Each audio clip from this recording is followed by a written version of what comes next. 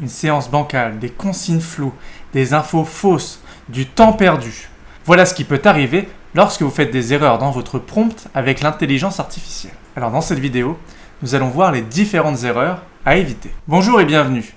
Je suis Ludovic, créateur de contenu pédagogique sur l'utilisation de l'intelligence artificielle en classe. Mon objectif ici, c'est d'aider les enseignants à gagner du temps, mieux se former et mieux comprendre les outils d'intelligence artificielle sans jargon ni prise de tête. Dans cette vidéo, nous allons parler des erreurs les plus fréquentes lorsque l'on utilise l'intelligence artificielle dans notre classe et comment éviter de les commettre. Parce que oui, une IA mal utilisée peut vous faire perdre du temps, créer des contenus flous ou même générer des erreurs. Mais à l'inverse, utilisée correctement, elle peut être un allié pédagogique formidable. Si vous êtes intéressé par l'utilisation de l'intelligence artificielle en classe et que vous n'êtes toujours pas abonné, n'hésitez pas à le faire en cliquant juste en dessous pour suivre les prochaines vidéos.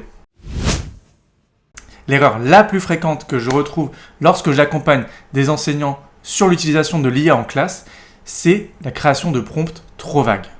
Et oui, si vous demandez à l'IA de générer simplement une séquence de mathématiques, la réponse sera très générique. Et au contraire, si vous ajoutez le niveau, la durée, les compétences et les connaissances que vous voulez inculquer aux élèves, ainsi que le matériel de votre classe, vous obtiendrez tout de suite quelque chose de bien plus complet et une réponse personnalisée et adaptée à vos besoins. On va créer une séquence de mathématiques sans lui donner aucune indication, voir un petit peu ce que ça donne. Il est en train de me créer la séquence de mathématiques. Il est plutôt parti sur CE2, je pourrais avoir complètement une autre classe. Il est parti sur une séance sur addition-soustraction posée jusqu'à 999. On aurait pu vouloir partir sur de la géométrie. Et donc là, après, on a tout notre déroulé de séance. Il n'y a pas forcément un très grand intérêt, étant donné que c'est pas forcément le niveau que vous avez. Donc c'est pour ça que je vous conseille de partir sur une structure de prompt viable. Par exemple, celle que vous pouvez retrouver dans mon pack de prompt. Donc là, on a le rôle, la tâche, on a bien resitué le contexte, et que ce soit mathématiques en France pour qu'ils choisissent bien les programmes, CM1, que là on veut quelque chose sur les fractions, que les difficultés rencontrées c'est de rendre concret la notion de fraction, tout ce qu'on attend de sa part comme indication dans sa préparation. On a aussi indiqué potentiellement les spécificités de notre classe à intégrer, j'ai mis que j'avais un élève dyslexique, et ensuite les quelques notes que j'ai ajoutées pour rendre le prompt efficace. On essaye ça.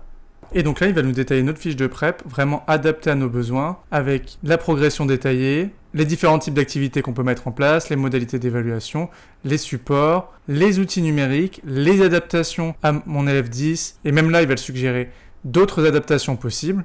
En détaillant votre prompt, vous aurez un résultat beaucoup plus complet, beaucoup plus précis, exactement comme ce qu'on vient de montrer à l'instant. Une autre erreur courante que je retrouve, c'est de ne pas expliciter à l'IA le format que vous souhaitez. Si vous souhaitez une réponse de 2 ou 3 lignes ou une réponse de 2 ou 3 pages, la consistance ne sera pas la même. Et c'est la même chose pour les images. Si vous demandez un format, horizontal, vertical ou carré, ce n'est pas du tout la même chose. De plus, l'IA peut proposer une réponse sous plein de formes. Un tableau, une liste à puces, une consigne courte ou une fiche de prep. Mais ça, c'est à vous de le préciser. Donc on va faire un essai, on va juste lui demander le nom des planètes et leur taille. Hop. Donc là, il me le formule sous la forme d'un tableau, mais j'aurais pu le vouloir sous la forme de petites puces pour pouvoir mieux le copier-coller. Donc là, je lui demande sous la forme de petites puces à copier-coller, et ce sera beaucoup plus facile à copier-coller dans ma leçon. Je rencontre également des enseignants qui commencent à comprendre que donner du contexte à l'IA est quelque chose de très important. Et ils ont raison. Cependant, certains donnent beaucoup trop d'informations. Et à la fin, l'IA s'y perd. Trop de consignes tue la consigne. Et trop d'informations peut créer des incohérences. Si vous avez quelque chose de très long à demander, plusieurs questions à poser, divisez-le en plusieurs parties.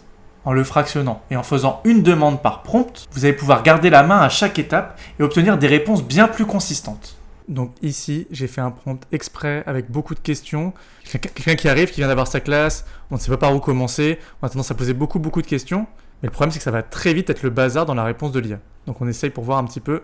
Donc là, il a essayé de répondre à toutes nos questions en une seule réponse. Donc il va devoir être obligé de raccourcir pour entrer dans le nombre de caractères qu'on lui demande. Donc il a fait des réponses qui sont plutôt pas mal, mais finalement assez succinctes. Là où si je lui demande point par point, il va me donner des réponses plus complètes. Donc là, il a une réponse qui est un petit peu plus détaillée que le début. Ensuite, je pose ma question suivante sur les élèves allophones. Les réponses tout à l'heure étaient très succinctes et là, il va pouvoir vraiment développer davantage. Donc là, il nous a détaillé un peu plus la réponse. Il nous a donné différents points pour avancer avec eux. Ensuite, on avait la question sur l'espace de classe. Pareil, la réponse était assez succincte tout à l'heure. Encore une fois, le conseil est beaucoup plus développé. Et enfin, on avait la question sur le budget. Et voilà pour ce dernier conseil avec beaucoup plus de détails que tout à l'heure. En bref, si vous avez quelque chose de très conséquent à demander, faites-le étape par étape et ne posez pas toutes les questions en même temps. Mais je vois également beaucoup de gens déçus par les résultats de l'intelligence artificielle. Mais ces mêmes personnes n'osent pas réajuster le résultat, en lui demandant d'écrire quelque chose de plus court, de compléter sa réponse sur un point précis, ou d'être plus engageant, ou de prendre un ton d'expert. En bref, n'hésitez pas à échanger avec l'IA pour compléter votre réponse au fur et à mesure. Elle ne peut pas être parfaite du premier coup. Je vais revenir sur mon exemple du budget. Là, je suis pas forcément convaincu que dès que j'arrive dans une classe, investir dans les jeux pédagogiques neufs soit la meilleure idée. Donc je peux lui suggérer d'enlever ça du budget pour prioriser d'autres dépenses. Donc je lui ai dit que j'allais faire mes propres jeux et qu'il pouvait enlever les jeux pédagogiques du budget. Et par contre, il faut ajouter un peu plus de matériel de classe. Donc là, j'ai pu réajuster le premier résultat plutôt que de rester sur une idée qui ne me convenait pas à 100%. Je vois également beaucoup de prompts rédigés avec un manque de contexte. Et sans ce contexte, l'IA va vous faire une réponse très générique. Elle a besoin de savoir qui vous êtes, ce que vous faites et ce que vous attendez d'elle. Elle ne connaît ni vos méthodes, ni vos élèves, ni la séquence sur laquelle vous êtes en train de travailler. Et en lui donnant toutes ces informations, elle pourra vous produire un résultat à la hauteur de vos attentes. Donc là, le contexte est important aussi. Je vais faire un premier exemple sans contexte. Je lui demande juste de créer une séance de mathématiques en CP sur les dizaines. Donc là, il va me générer quelque chose d'assez générique, étant donné que je n'ai pas forcément précisé le contexte. Dans mon deuxième exemple, je vais ajouter du contexte, lui préciser que je travaille en classe flexible, sous forme d'atelier, et je vais même lui demander un petit peu le type de contenu que j'aimerais avoir, c'est-à-dire un atelier dirigé et un atelier autonome. Et j'ai même précisé qu'il y avait 2 élèves en très grande difficulté. Et donc là, il m'a réalisé ma séance en prenant en compte tous les éléments, c'est-à-dire qu'il a pris en compte mes élèves en difficulté, ma façon de travailler, c'est-à-dire en atelier, dans une classe flexible, et j'évite du coup de me retrouver avec une séance qui ne me correspond pas. Je vois également beaucoup de personnes penser que l'IA est toute puissante et parfaite. Et non, l'IA peut aussi faire des erreurs. Et elle peut être très crédible dans ses erreurs. Mais c'est à vous de vérifier et de réajuster certaines informations. Je vais vous partager la page de garde que j'ai créée cette semaine avec ma collègue pour le fichier de calcul mental sur le thème des comptes. Donc au début, tout va bien, 4 plus 2 égale 6. Ensuite, 8 moins 5 égale une horloge, ou à la rigueur 4 heures. Donc déjà, ça commence à partir en cacahuète. Donc là, on voit un 8, ça fait 8 fois 9, 27, ça va pas. 3.9 égale 4. Et plus ça avance, et moins ça va. Donc faites très attention à ce que l'IA vous génère.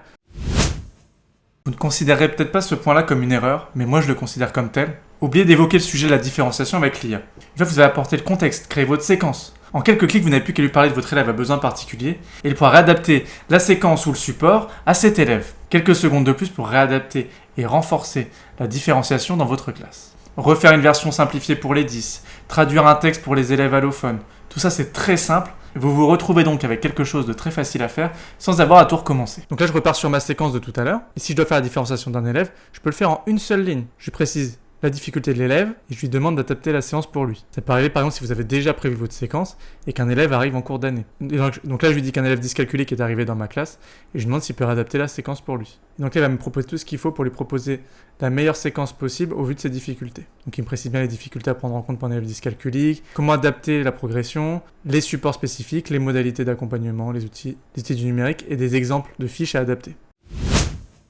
Je vois également beaucoup d'enseignants perdus dans tous ces modèles. Certains cherchent sur internet et d'autres non. Et là, il faut faire attention. Si vous demandez des informations sur des contenus récents, un changement de programme d'il y a quelques jours, certaines IA entraînées sur des contenus spécifiques et n'étant pas réactualisées régulièrement peuvent ne pas avoir cette information. Sur certains outils d'IA, c'est à vous d'activer la recherche internet. Donc soyez vigilants au modèle que vous utilisez pour bien comprendre d'où provient la source de l'information donnée. Pensez à croiser avec d'autres sources ou à implémenter avec les documents ou articles nécessaires à la réponse à vos questions. Donc certaines IA ne sont pas automatiquement connectées à internet, ne font pas automatiquement une recherche. Elles vont par défaut piocher dans leur base de données, parce que parfois elles ne sont pas à jour. C'est par exemple le cas de ChatGPT qui ne fait la recherche que si on lui demande. Donc là, je vais lui demander, est-ce que je suis obligé de faire des séances de sport tous les jours en tant qu'enseignant du primaire dans une école en France? Et comme on peut le voir, il n'a pas pris en compte, lors de la période de préparation des Jeux Olympiques, où on nous demandait de faire 30 minutes d'activité physique tous les jours. Donc vérifiez bien et croisez vos sources. Donc là, je vais l'inciter à faire la recherche, je vais lui demander, est-ce qu'il peut faire la recherche en mentionnant ce qu'il doit trouver. Donc là, on voit bien, recherche sur le web. Et là, en faisant la recherche, il nous retrouve bien l'annonce de 2022 sur la mesure qui encourageait les 30 minutes d'activité physique quotidienne par jour. L'idée de l'IA, c'est de gagner du temps. Alors vous n'avez pas forcément envie de passer 10 minutes à chaque rédaction de prompt. Alors une fois que vous l'avez fait correctement, stockez-la dans une base de données, ou alors si vous avez la version payante de ChatGPT, créez un GPT spécialement pour votre classe où vous pourrez y mettre les documents et les informations nécessaires. Vous gagnerez en cohérence, en rapidité et en efficacité. Donc ce qu'il y a de mieux à faire, c'est de réinvestir des prompts déjà bien travaillés. Donc pour ça, je vous propose mon pack de 28 prompts disponible dans la description en demandant l'accès à ma communauté gratuite en ligne. Dans celle-ci, vous allez trouver plein d'exemples d'utilisation de l'IA dans votre classe et de structures de prompts. Reprenez-les, modifiez-les et stockez-les pour avoir votre propre base de prompts. Dans la même idée que le point précédent, réutilisez les conversations que vous avez commencées. Vous apportez du contexte à l'IA, gardez-le. Vous avez déjà donné du contexte à l'IA. Vous lui avez donné toutes les informations nécessaires. Vous avez déjà construit des séquences avec elle. Elle connaît peut-être même déjà votre programmation. Reprenez la conversation en question et l'IA va garder le fil de votre séance ou de votre séquence. Ainsi, elle va garder le contexte et pas besoin de tout réexpliquer. De mon côté, j'utilise une conversation par matière. Une pour les maths, une pour le français, une pour l'histoire, une pour la géo, etc., etc. Et comme ça, en étant bien organisé, elle sait exactement où je vais étape par étape. Évitez de recréer une nouvelle conversation à chaque fois. Repartez d'une conversation existante, vous avez déjà beaucoup d'informations. Si je reprends ma conversation de tout à l'heure sur ma création de séquence pour les fractions et que je souhaite désormais faire une séance de mathématiques sur le cercle, je n'ai pas besoin de tout retaper comme tout à l'heure. Là, je peux juste lui demander de créer ma séquence sur le cercle, préciser 2-3 petites choses et il va tout de suite comprendre où je veux en venir. Et donc là, on voit qu'il a réutilisé toutes les informations juste au-dessus. La classe, on a le pays, on a la même structure de prompt que tout à l'heure. Et même dans nos adaptations, il a pris en compte notre élève dyscalculique. En bref, pas la peine de rédiger des prompts hyper longs à chaque fois quand vous avez déjà mis le contexte. Si on était parti sur une nouvelle conversation, on aurait dû tout recopier, tout réexpliquer, ça aurait été très long, alors que là, en une phrase, tout était réglé. N'oubliez pas de prendre en compte les différents biais qui peuvent être générés en fonction de comment a été entraînée l'IA que vous utilisez. En fonction de son origine, qu'elle soit chinoise, américaine ou française, elle n'a pas été entraînée de la même façon avec la même culture. Et du coup, les résultats peuvent être très différents. Et donc là, l'idée, ça va être de comparer différentes IA pour voir les biais qu'elles peuvent avoir. On va commencer avec ChatGPT en lui demandant quel est le rôle de l'école dans la formation du citoyen. ChatGPT, qui est entraîné sur un modèle plutôt américain, va plutôt partir sur des notions d'autonomie.